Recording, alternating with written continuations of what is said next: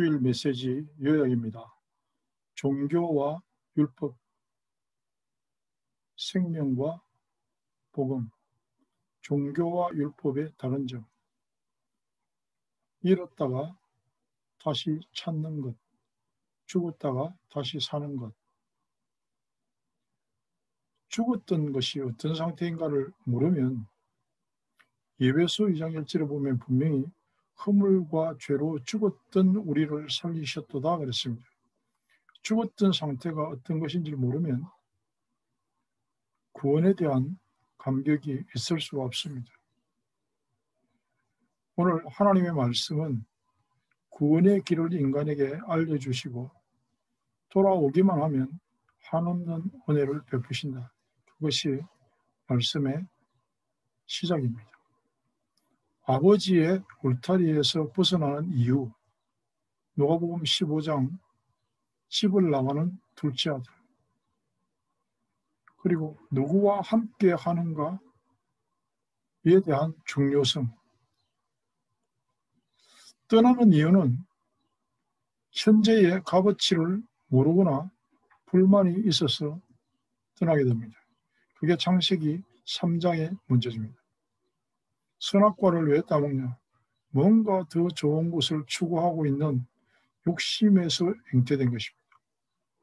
이미 가진 것에 대한 감사를 모르고 만족함이 없기 때문에 막연한 기대는 인생의 원수, 사단이라고 하는 존재가 그렇게 부추기는 것입니다. 오늘 말씀도 보면 나의 몫을 주세요. 재산에 대한 욕심과 마음대로 해보고 싶은 호기심, 거기에서 아버지에게 재산의 분할을 요구하게 되죠. 아버지 없는 곳에 가서 내 마음대로 간섭도 받지 않고 한번 살아보겠다. 먼 나라에 가서 허랑방탕하여 그랬습니다. 마침내 어렵게 된지라, 마침내 죽게 된지라. 어려움과 고난은 믿는 자, 하나님의 사람에게는 그래서 감사의 제목이 되고 은혜입니다. 집 나가서 마음대로 돈 쓰고 돌아다니면 천국일 줄 알았는데 흉년이 들고 드디어 지옥의 본 모습을 보게 되었죠. 평생 경험하지 못한 처량한 신세가 되어버렸어요. 그때 죄에 대하여 회개하고 자각하니까 뭘 보게 됐냐? 아버지를 생각하게 됐어요. 그걸 은혜라고 합니다. 물론 가장 단순하게 하늘과 아버지께 죄를 지었다. 그 말의 뜻이 뭔가?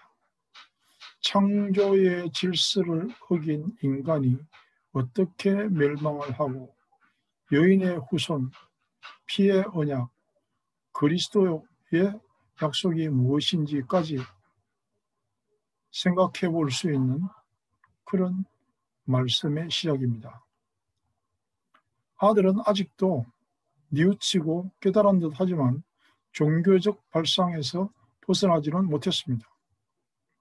내가 이제 돌아가서 벌을 받고 평생 종노릇이라도 하겠다. 그런 결심을 하고 돌아가는 겁니다. 그러나 어쨌든 아버지의 집으로 돌아간다고 하는 것은 은혜의 방편이죠. 우리가 넘어진 곳에서 그리스도를 바라볼 수 있다. 실패한 그 자리에서 오직 예수를 생각할 수 있다면 그것은 은혜의 방편입니다.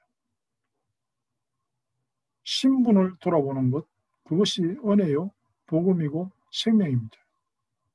아들은 나름대로 각본을 짜서 돌아옵니다. 내가 죄인입니다. 지금부터는 종로하겠습니다. 각본 다 짜서 돌아오죠.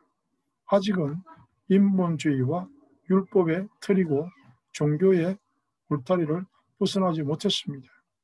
그러나 은혜로 말미암아 그런 사단의 손아귀에서 벗어나려고 하는 노력과 몸부림, 그것도 발생하는 겁니다. 아버지라고 하는 그 복음의 울타리, 복음의 계산법은 어떠하냐? 아직도 상거가 먼데 밤마다 문 열어놓고 기다리시는 그 아버지의 심정은 일단 달려와서 입을 맞추고 눈물로 안아주고 나는 평생 종이 되어서 섬기겠습니다라고 하는 아들에게 좋은 옷을 입히고 신발을 신기고 가락지를 끼우고 신분의 회복입니다. 아들로서의 모든 신분을 회복시켜 주세요. 신분과 권세를 회복한 그 자리에 되돌려 놓는 것이 아버지의 계산법. 아들의 자리에 대접해 줄 뿐만 아니라 반가워하고 잔치를 하는 보너스. 이걸 복음이라고 합니다. 이것을 은혜라고 그럽니다. 예수는 그리스도, 그 말은 모든 문제 해결자, 그 말은 나는 하나님의 자녀이고 사단은 나를 어쩔지 못한다. 우리가 실전에서 적용되는 믿음이 그래서 중요합니다.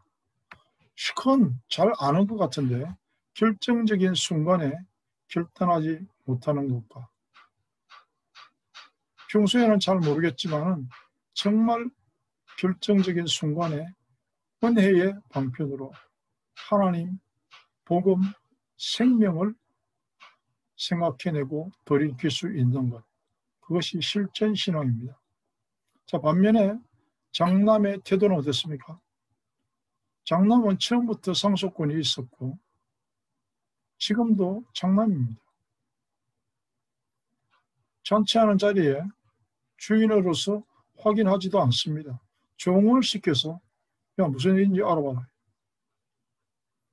주인의식이 없습니다. 일단 건강하게 돌아온 아들을 기뻐하는 아버지. 종이 와서 보고할 때 이렇게 얘기합니다. 당신의 동생, 당신의 아버지. 그러면 자기의 신분이 뭔지 지금 우리는 알 수가 있잖아요. 그런데도 좁아 터진 쏘갈머리의 이 인생은 감사, 기쁨 그런 게 없어요. 왜? 평소에도 누림이 없거든. 나는 괴롭힌 적도 없고 평생에 한번 아프다고 쉬어본 적도 없고 옷도 내가 좋은 거 하나 안 입었고 친구들 데려다가 염소 새끼 한 마리 안 잡아먹었는데 저 재산을 다 창녀들과 탕진해버린 때려 죽여도 시원찮을 놈을 위해서 잔치를 합니까? 너무 정확한 계산법이죠. 그런데 그 율법이 아무도 살릴 수 없고 잔치에 온 동네 사람들까지 시험 들게 만들어요. 율법과 복음의 차이죠. 나는 안 입고 사고 싶은 거 안 사고 아끼고 또 아끼고 누가 아끼라고 그랬나? 자기 걸 가지고 누리지 못하는 거, 자기 마음대로 하지 못하는 것도 병이에요. 돈을 모을 줄만 알았지 쓸 줄도 모르는 수많은 현대인들이 그렇게 장남처럼 살아가고 있지는 않은지 모릅니다. 신분과 권세를 모르는 것. 이게 육신의 문제가 아니라 영적으로 보면 얼마나 불쌍할까요? 물이 깎고 산에 들어가서 돌을 닦고 밥도 안 먹고 구원과 상관없습니다. 얼마나 낭비했는데 저걸 용서하다니 그게 율법이거든요.